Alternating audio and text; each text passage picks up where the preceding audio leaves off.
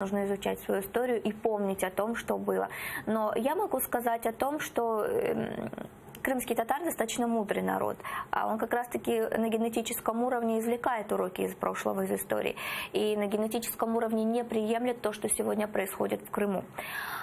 Я считаю, что, в принципе, в будущем будут, конечно, такие определенные возможности, варианты, чтобы это предотвратить. И я уверена, что Крым в ближайшее время будет деоккупирован. И надеюсь, что это была последняя уже оккупация в Крыму. История на этом должна с оккупациями Крыма закончиться, я надеюсь.